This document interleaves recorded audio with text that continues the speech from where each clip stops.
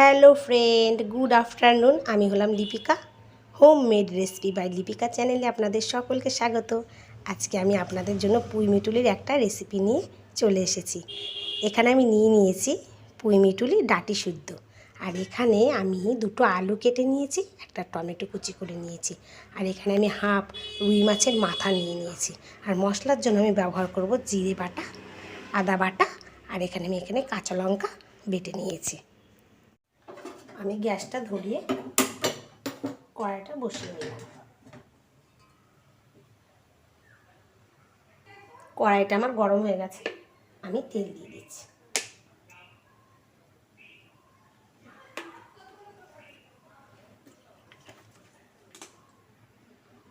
আমি তেলের মধ্যে মাছের মাথাটা দিয়ে দিচ্ছি।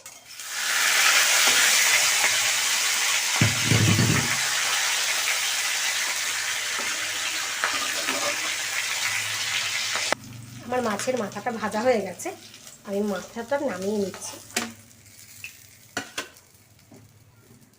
আমি কড়াই এবার আলুগুলো দিয়ে দেব।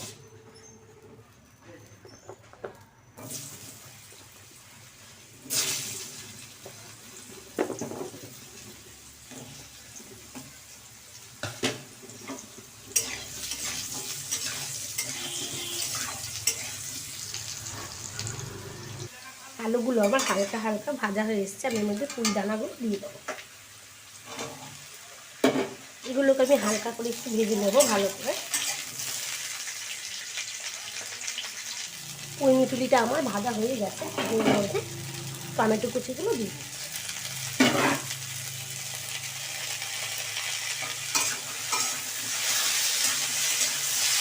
আর এর মধ্যে হলুদ লবণ দিয়ে দেবো।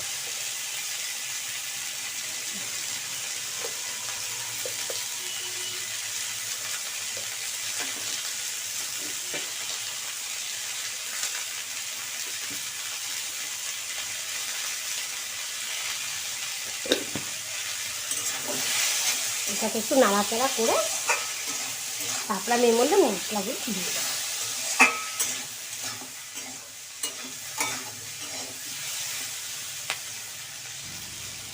আমি এর মধ্যে জিরে বাটা, আদা বাটা আর লঙ্কা বাটাটা দিয়ে দিই।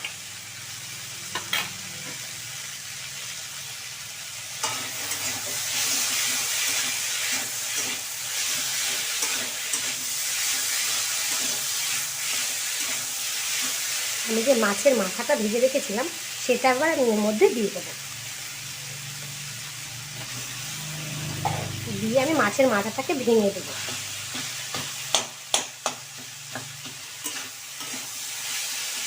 ভালো করে পুঁইমিটুলিটা আর আলুটাকে দিয়ে ভালো করে কষিয়ে নেবো মশলাটা দিয়ে। আমার তরকারিটা কষানো হয়ে গেছে, আমি এর মধ্যে জল দিয়ে দিচ্ছি।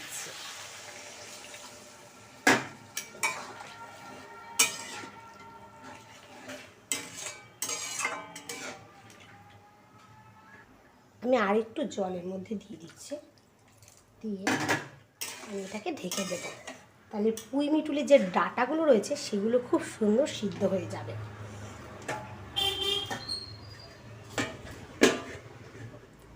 আমি গ্যাসটা একটু আস্তে করে দিচ্ছি। দেখি থালাটা খুলে তরকারিটার কি অবস্থা।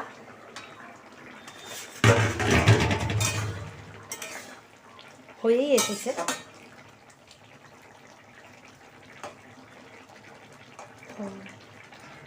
আমার ডাঁটাগুলো সিদ্ধ হয়ে গেছে, আমি জলটাকে পুরো টানিয়ে নেব। এর মধ্যে আমি সামান্য একটি চিনি দিয়ে দেব।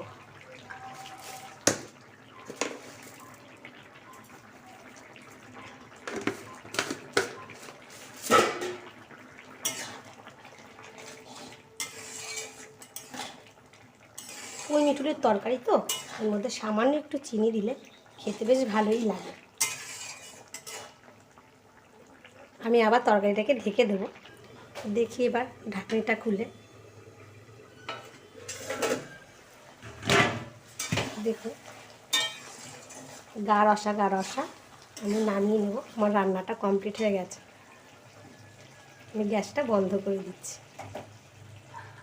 বাড়িতে এইভাবে মাছের মাথা দিয়ে পুঁইমিটুলি দিয়ে চচ্চড়ি করে দেখবেন। আশা করি আপনাদের সকলের ভীষণ ভালো লাগবে।